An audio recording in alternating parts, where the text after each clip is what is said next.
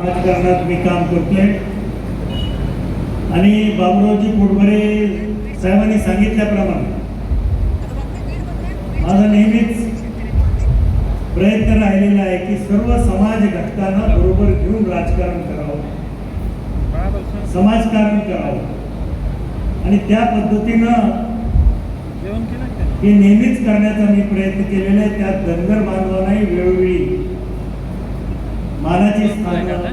त्याला पदाधिकारी बनवण्याचं काम या ठिकाणी माझ्या हातून झालेलं आहे आणि निश्चितपणानं आजपर्यंत माझ्या निवडणुकीचा जर इतिहास पाहिला तर नेहमीच समाज बांधवांनी मला आशीर्वाद दिलेला आहे, गंभीर अशी साथ दिलेली। फक्त अपवाद राहिला मागच्या निवडणुकीचा, परंतु त्याबद्दल मी काही कोणाला दोष देत नाही,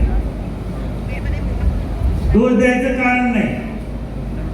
कारण माझ्या विरुद्ध हे षडयंत्र आपल्या जिल्ह्यातल्या काही नेते मंडळींनी या ठिकाणी रचलं होतं।